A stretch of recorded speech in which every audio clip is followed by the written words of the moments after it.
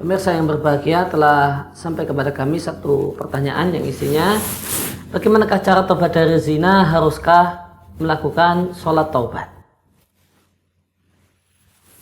Pertama, berkaitan dengan masalah sholat taubat. Sholat taubat adalah sholat 2 rakaat yang dilakukan oleh seorang yang terkesan dengan satu dosa yang ingin dia bertobat darinya. Maka dituntunkan untuk sholat 2 rakaat biasa, tidak ada tata cara khusus untuk pelaksanaannya. Dan setelah selesai sholat tersebut, kemudian dia ungkapkan bagaimanakah tobatnya, penyesalannya kepada Allah Subhanahu wa Ta'ala atas dosa dan kesalahan yang telah dia lakukan. Dan hadis tentang sholat taubat ini diriwayatkan oleh Tirmidzi dari sahabat Abu Bakar As-Siddiq radhiyallahu anhu, dan hadisnya mungkin bisa kita katakan diperselisihkan oleh ulama. Sebagian ulama semacam penulis kitab Sahih Fiqh Sunnah menilai hadisnya adalah hadis yang dhaif, hadis yang lemah. Namun sebagian ulama yang lain, diantaranya adalah Al-Hafidz Ibnu Katsir di tafsirnya, menilai hadisnya adalah hadis yang derajatnya hasan. Insya Allah kesimpulan dalam masalah ini, hadisnya adalah hadis yang bisa kita jadikan sebagai landasan untuk beramal.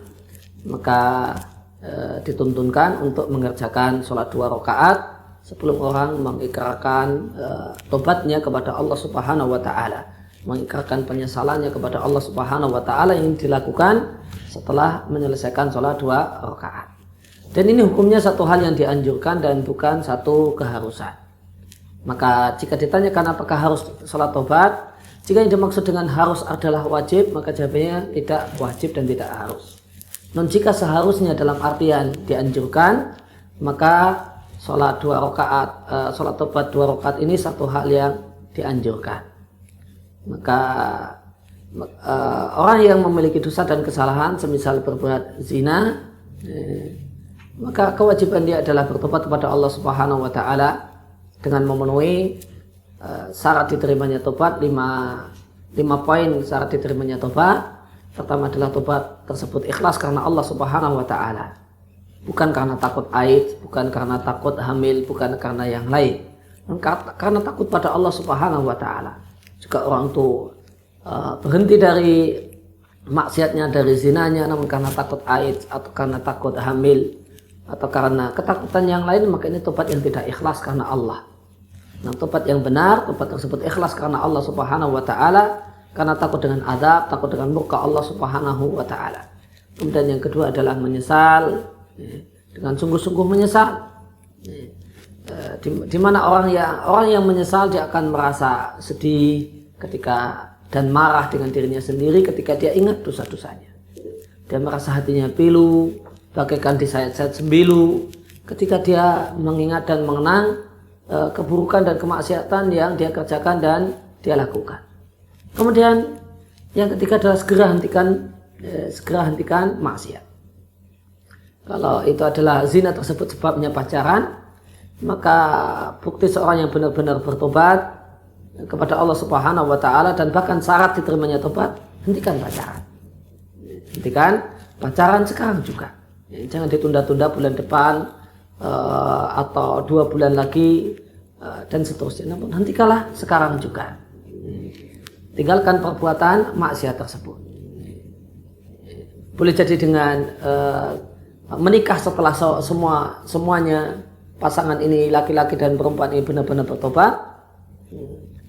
Kemudian setelah istibra' 1 kali haid, memastikan kalau rahim itu bersih dari janin 1 kali haid, maka satu pasangan ini bisa menikah.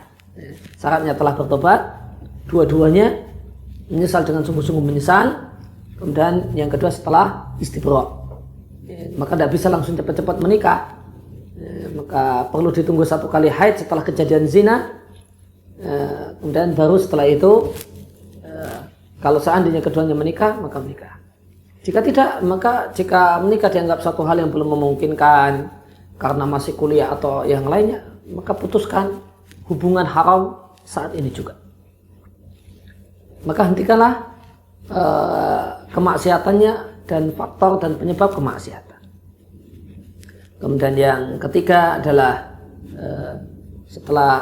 pertama adalah ikhlas, kemudian yang kedua menyesal, kemudian menghentikan perbuatan tersebut. Kemudian yang keempat adalah berniat untuk sungguh-sungguh tidak mengulangi maksiat yang telah dilakukan. Dan ini bentuk kesungguhannya adalah dengan hijrah lingkungan, hijrah teman pergaulan. Tinggalkan teman-teman pergaulan yang lama dan ganti dengan teman-teman pergaulan yang baru. Tinggalkan kosan yang lama, cari kos yang lebih kondusif untuk taat.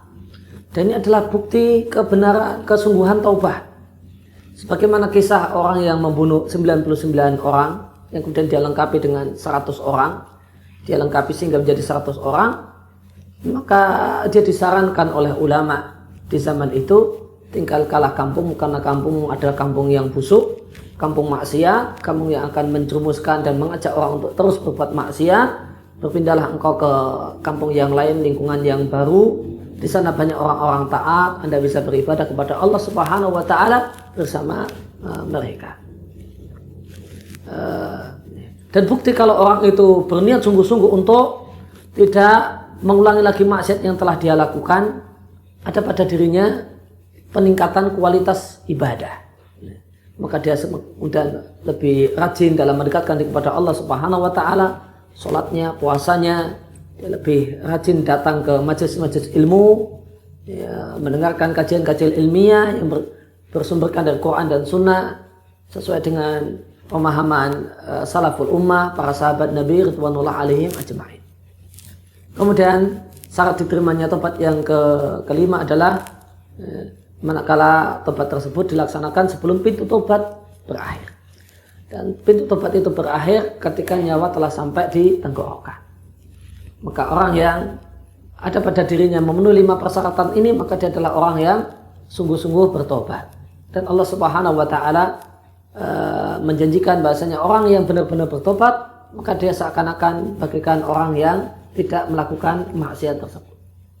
Sebagaimana sabda Nabi Shallallahu Alaihi Wasallam dalam hadis yang diriwayatkan oleh Ibnu Majah, derajatnya hasan, Nabi Shallallahu Alaihi Wasallam bersabda, "At-taibu minadz-dzanbi kaman la dzanba lahu." Orang yang sungguh-sungguh serius dan benar-benar bertobat dari satu dosa, maka dia ada seakan-akan tidak pernah melakukan dosa tersebut. Demikian jawaban yang bisa kami berikan. Mudah-mudahan bermanfaat, menjadi ilmu yang nafi', ilmu yang manfaat, ilmu yang membuahkan amal, dan ilmu yang kemudian disebarluaskan kepada yang lain. Demikian. Wassalamualaikum warahmatullahi wabarakatuh.